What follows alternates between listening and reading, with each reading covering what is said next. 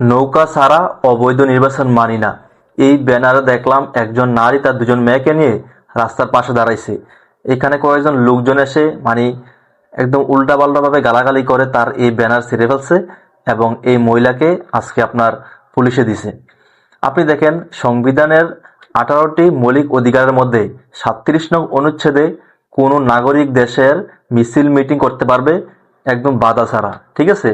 এখন সে এখানে মিছিল মিটিং করতেছে, আপনারা এসে বাধা দিচ্ছেন, আবার আগের সিস্টেম নিয়ে আসতেছেন।